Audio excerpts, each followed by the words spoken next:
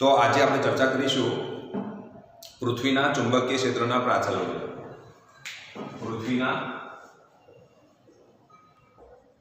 ચુંબકીય ક્ષેત્ર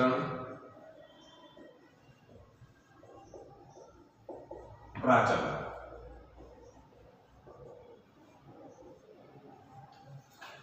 तो जो आगामी थ्योरी में આપણે ભણી ચૂક્યા કે પૃથ્વીનું ચુંબકીય ક્ષેત્રની જો વાત કરીએ તો આ પૃથ્વી છે. પૃથ્વી જે અક્ષને અનુલક્ષીને પરિભ્રમણ કરે તેને આપણે શું કહીશું? પૃથ્વીનો પરિભ્રમણ અક્ષ. અને એ પરિભ્રમણ અક્ષને અનુલક્ષીને જે ધ્રુવો મળે તેને આપણે પૃથ્વીના ભૌગોલિક ધ્રુવો કહીશું. તો આ પૃથ્વીનો શું છે? પરિભ્રમણ અક્ષ છે.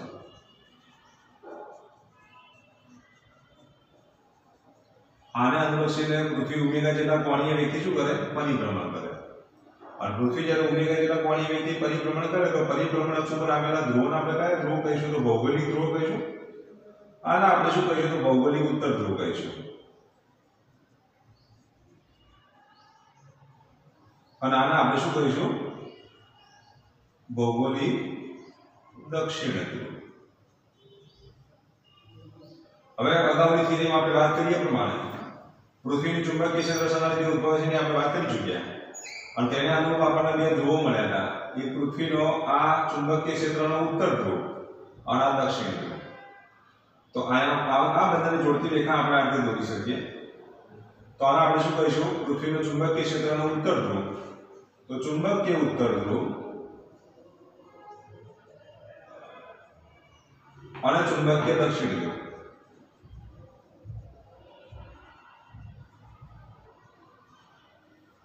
અને ઉત્તર ધ્રુવમાં ક્ષેત્ર રેખાઓ દાખલ થાય અને દક્ષિણ ધ્રુવમાંથી ક્ષેત્ર રેખાઓ બહાર નીકળે. અને આ ચુંબકીય ક્ષેત્ર રેખાઓ આ રીતે નમન પામતી હોય છે.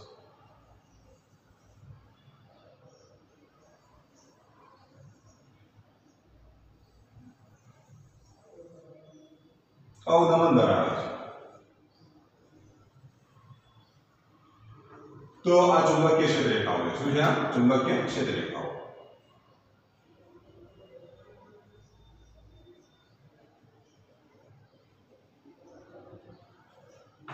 હવે આપણે જે ચર્ચા કરવાની પૃથ્વીના પ્રાચલોની વાત કરવાની છે તો પહેલા જે વાત કરીશું ભૌગોલિક ધ્રુવતલની.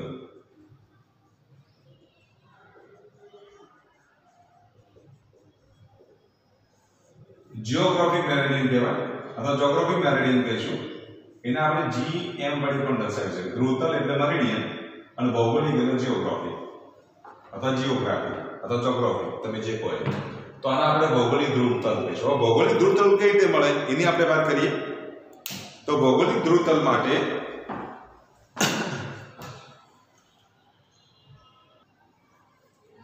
તો ભૌગોલિક ધ્રુવતલ तो भौगोलिक ध्रुवतल માટે આપણે એક કામ કરીએ. જો અહીંયા ધ્યાન આપો. હવે ભૌગોલિક ધ્રુવતલ કઈ રીતે દોરવું તેની વાત કરીએ. ધારો કે આપણે પૃથ્વી સમજી લઈએ. બરાબર? આ પૃથ્વીનો પરિભ્રમણ અક્ષ સમજી લઈએ. ધારો કે આ પૃથ્વીનો પરિભ્રમણ અક્ષ છે.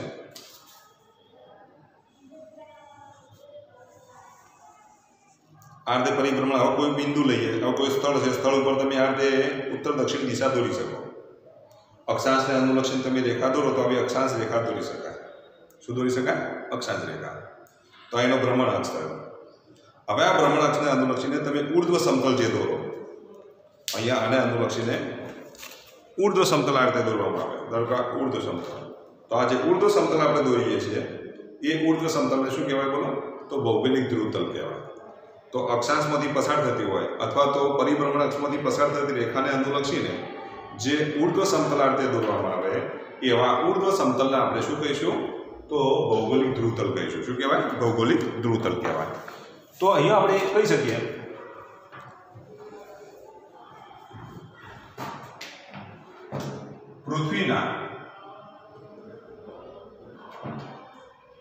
પૃથ્વીના અક્ષાંશ અથવા તો પરિભ્રમણ અક્ષ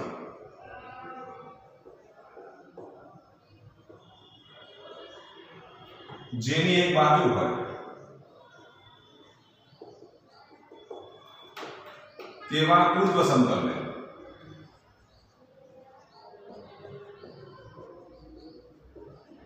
ભૌગોલિક ધ્રુવતલ કહે છે.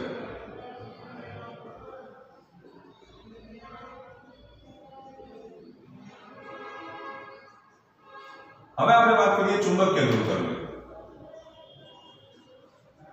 તો ચુંબકીય ધ્રુવતલ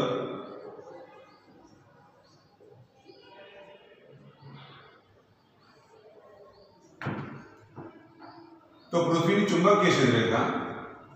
તો હવે જો ચુંબકીય ધ્રુવતલની જો વાત કરીએ તો ધારો કે ચુંબકીય ક્ષેત્રરેખા આ રીતે પસાર થતી હોય, તો આ રીતે ચુંબકીય ક્ષેત્રરેખા પસાર થતી હોય, કારણ કે ચુંબકીય ક્ષેત્રરેખા શું ધરાવે છે? તો નમન ધરાવે છે। તો ઉત્તર દક્ષિણ ધ્રુવ, આ ઉત્તર દક્ષિણ દિશા છે, ભૌગોલિક ઉત્તર દક્ષિણ, ભૌગોલિક ઉત્તર દિશા, ભૌગોલિક દક્ષિણ દિશા, ચુંબકીય ઉત્તર દિશા, ચુંબકીય દક્ષિણ દિશા, આમાંથી ચુંબકીય ક્ષેત્રરેખા આ રીતે પસાર થાય છે। હવે આ બિંદુ આગળ ચુંબકીય ક્ષેત્રરેખા, ધારો કે આપણે વાત કરીએ તો વિસનગરની અંદર ચુંબકીય ક્ષેત્રરેખા આ રીતે પસાર થાય છે। તો ચુંબકીય ક્ષેત્ર, પૃથ્વીની ચુંબકીય ક્ષેત્રરેખાઓ જો આ રીતે પસાર થતી હોય તો એ ચુંબકીય ક્ષેત્રરેખાઓને આપણે એક બાજુ તરીકે લઈ અને આ રીતે જો ઉર્ધ્વ સમતલ જો દોરવામાં આવે તો આવા જે ઉર્ધ્વ સમતલને આપણે શું કહીશું? તો આ ઉર્ધ્વ સમતલને આપણે ચુંબકીય ધ્રુવતલ કહીશું। આને શું કહેવાય? ભૌગોલિક ધ્રુવતલ કહેવાય અને ચુંબકીય ધ્રુવતલ કહેવાય। તો આ જે ઉર્ધ્વ સમતલ મળ્યું એ ઉર્ધ્વ સમતલને આપણે ભૌગોલિક ધ્રુવતલ કહીશું। ભૌગોલિક ઉત્તર દિશા, ભૌગોલિક દક્ષિણ દિશા એક બાજુ તરીકે લઈ આ ઉર્ધ્વ સમતલ દોરવામાં આવે તો એને ભૌગોલિક ધ્રુવતલ કહેવાય। ચુંબકીય ક્ષેત્રરેખાને એક બાજુ તરીકે લઈ અને આ ઉર્ધ્વ સમતલ દોરવામાં આવે તો આને આપણે ચુંબકીય ધ્રુવતલ કહીશું। તો આ રીતે ઉર્ધ્વ સમતલ આ રીતે તમે દોરી શકો। તો આ ભૌગોલિક ધ્રુવતલ, આ ચુંબકીય ધ્રુવતલ આ રીતે દોરી શકાય। આમ ધ્રુવતલ વચ્ચે કોઈ ખૂણો બને, બરાબર? તે ખૂણો કયો છે એની ચર્ચા પછી આપણે કરીએ।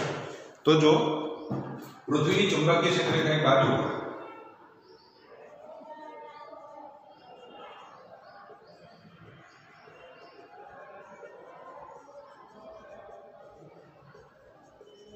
તેવા ઉર્ધ્વ સમતલને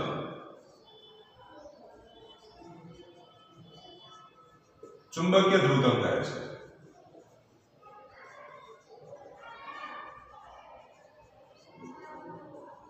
ભૌગોલિક ધ્રુવતલને આપણે GM વડે દર્શાવીએ છીએ, જ્યોગ્રાફિક મેરિડિયન વડે દર્શાવીએ છીએ।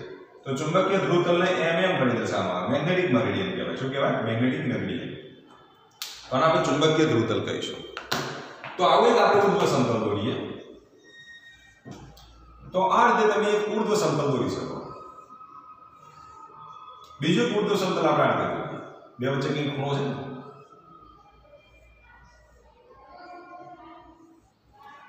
તો આ જે સમતલ જે મળ્યું એ સમતલને આપણે શું કહીશું? તો ભૌગોલિક ઉત્તર દક્ષિણ દિશા દર્શાવે છે। ભૌગોલિક ઉત્તર, ભૌગોલિક દક્ષિણ એટલે ભૌગોલિક ધ્રુવતલ કહેવાય।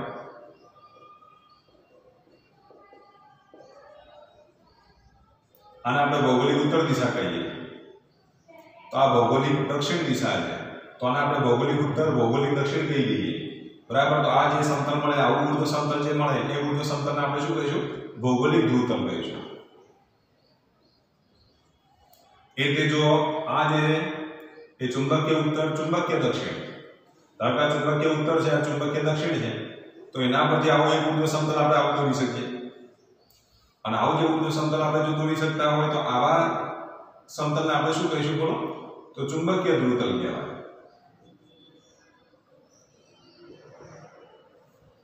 તો આને આપણે ચુંબકીય ધ્રુવતલ કહીશું, આને ભૌગોલિક ધ્રુવતલ કહીશું। હવે આ બે ધ્રુવતલ વચ્ચે કઈ ખૂણો બને છે, આ ખૂણાને આપણે શું કહીશું? તો ડેક્લિનેશન એંગલ કહેવાય। શું કહેવાય? ડેક્લિનેશન એંગલ। તો ત્રીજો પ્રાચલ આપણે લઈએ ડેક્લિનેશન એંગલ।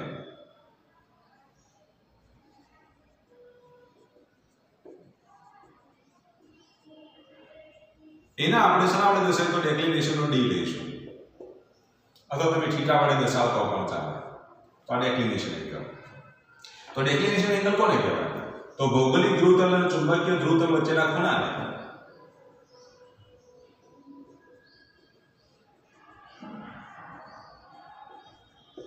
અને ચુંબકીય ધ્રુવતલ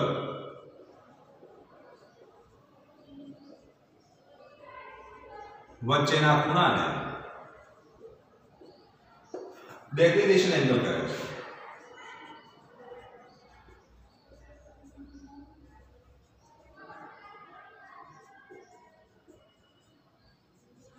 જેટલું ડેક્લિનેશન એંગલનું મૂલ્ય નાનું એટલા બે ધ્રુવ એકબીજા પર, બે ધ્રુવતલ કેવા થઈ ગયા? એકબીજા પર સંપાત કહેવાય। તો જો અહીંયા ધ્યાન આપો, આ જે છે એ ભૌગોલિક ધ્રુવતલ છે, આમ ગોઠવવો તો ચુંબકીય ધ્રુવતલ, આ ભૌગોલિક ધ્રુવતલ, આ ચુંબકીય ધ્રુવતલ, આ બંને વચ્ચેનો જે આ ખૂણો બન્યો, આ બે ધ્રુવતલો વચ્ચેનો જે ખૂણો જે છે એ ખૂણાને આપણે શું કહીશું તો ડેક્લિનેશન એંગલ કહીશું. શું કહીશું? ડેક્લિનેશન એંગલ કહીશું. હવે જેટલું ડેક્લિનેશન એંગલનું મૂલ્ય નાનું એટલે આ બંને ધ્રુવતલ કેવા થઈ જશે? એકબીજા પર સંપાત થઈ જશે. અને એ વખતે તો સાચી ઉત્તર દિશા અને સાચી દક્ષિણ દિશા બતાવે. શું બતાવે? સાચી ઉત્તર દિશા અને સાચી દક્ષિણ દિશા બતાવે. તો અહીંયા ધ્યાન આપો, ડેક્લિનેશન એંગલ માટે મોટા અક્ષાંશ માટે ડેક્લિનેશન એંગલનું મૂલ્ય કેવું હોય? મોટું હોય. તો મોટા અક્ષાંશ માટે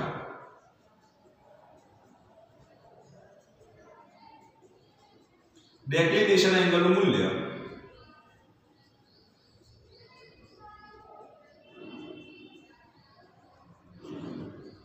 મોટું હોય છે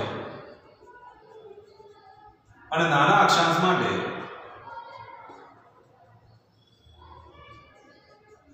મૂલ્ય નાનું હોય છે. તો મોટા અક્ષાંશ માટે ડેક્લિનેશન એંગલનું મૂલ્ય મોટું હોય છે, નાના અક્ષાંશ માટે ડેક્લિનેશન એંગલનું મૂલ્ય કેવું હોય છે? નાનું હોય છે. તો આ તમારી યાદ રાખો. આપણે જો ભારત માટેની વાત કરીએ તો આટલા મૂલ્ય તમારે યાદ રાખવાના, બુકમાં આપેલા જ છે. તો ભારતમાં ડેક્લિનેશન એંગલનું મૂલ્ય કેવું છે? તો નાનું છે.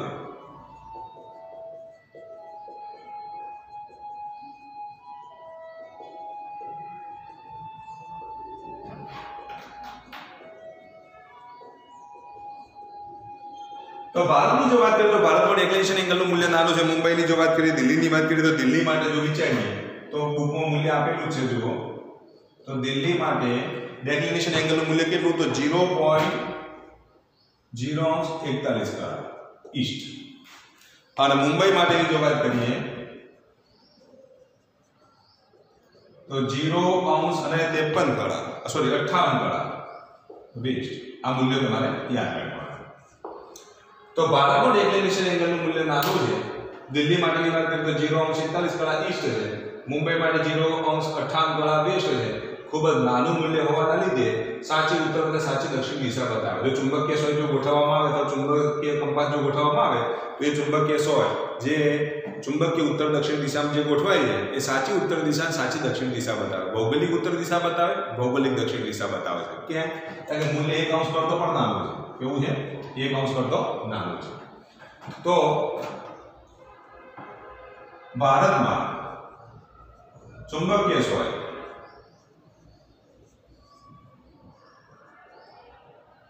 સાચી ઉત્તર દિશા અને સાચી દક્ષિણ દિશા બતાવે છે. એટલે કે ભૌગોલિક ઉત્તર દિશા અને ભૌગોલિક દક્ષિણ દિશા બતાવે છે.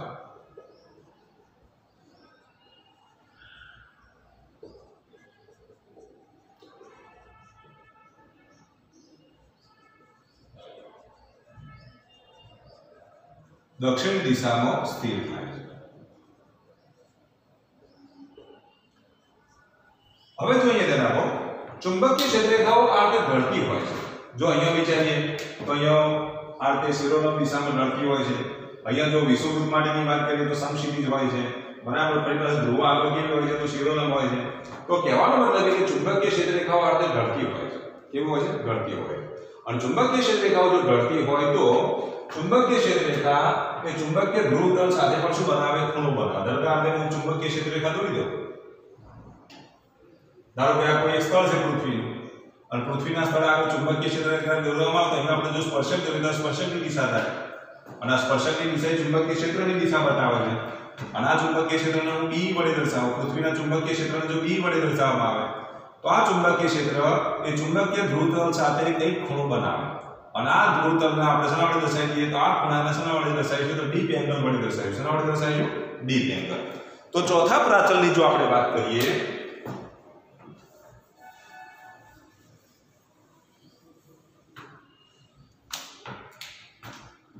તો ડીપ એંગલ એના આઈ વડે દર્શાવવામાં આવે. તો પૃથ્વીનું ચુંબકીય ક્ષેત્ર એ ચુંબકીય ધ્રુવતલના સમક્ષિતિ સાથે જે ખૂણો બનાવે, આ સમક્ષિતિ દિશા સાથે, તો પૃથ્વીનું ચુંબકીય ક્ષેત્ર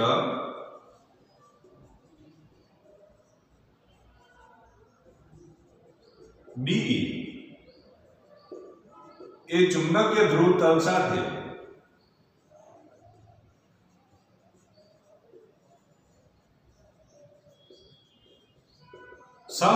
દિશા સાથે આ સમક્ષિતિજ દિશા શિરોલંબ દિશા તો સમક્ષિતિજ દિશા સાથે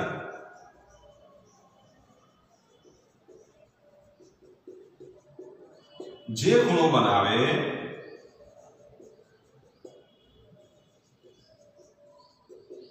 તેને ડીપ એંગલ કહે છે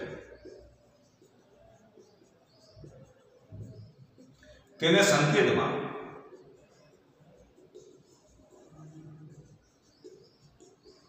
I વડે દર્શાવવામાં આવે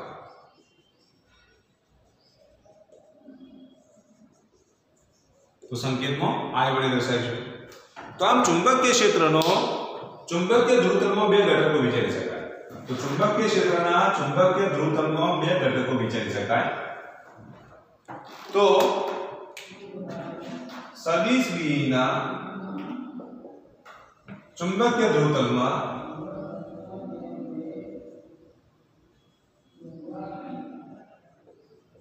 બે ઘટકો વિચારી શકાય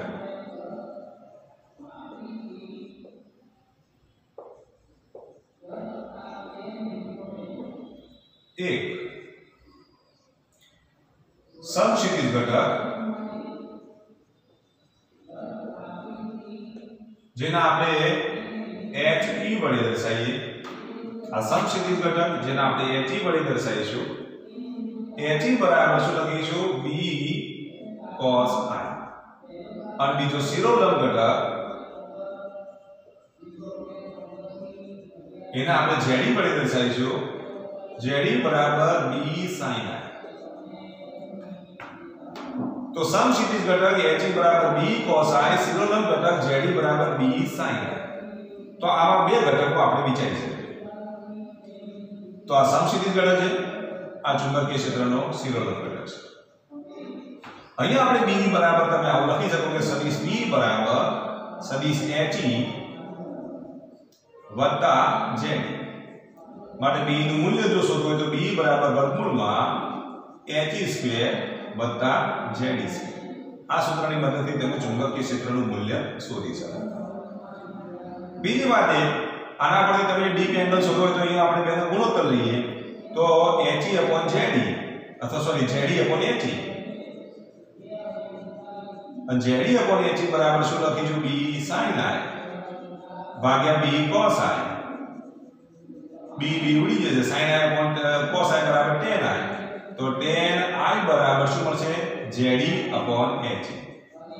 આ I બરાબર જો લખીએ તો tan ઇન્વર્સ ZE શું થશે HE થાય આ સૂત્રની મદદથી તમે ડીપ એંગલ શોધી શકો શું શોધી શકો ડીપ એંગલ હવે જો વિષુવવૃત્ત માટે આટલું યાદ રાખવાનું આ વિષુવવૃત્ત કહેવાય આ चुंबकीय એટલે કે ધ્રુવ કહેવાય તો વિષુવવૃત્ત માટે I ની કિંમત કેવી હોય તો બધી રેખાઓ સમક્ષિતિજ બની જશે અહીંયા તો વિષુવવૃત્ત માટે I ની કિંમત 0 હોય જ્યારે ધ્રુવ માટે I ની કિંમત કેટલી હોય 90 હોય તો આવું આપણે લખી શકીએ વિષુવવૃત્ત માટે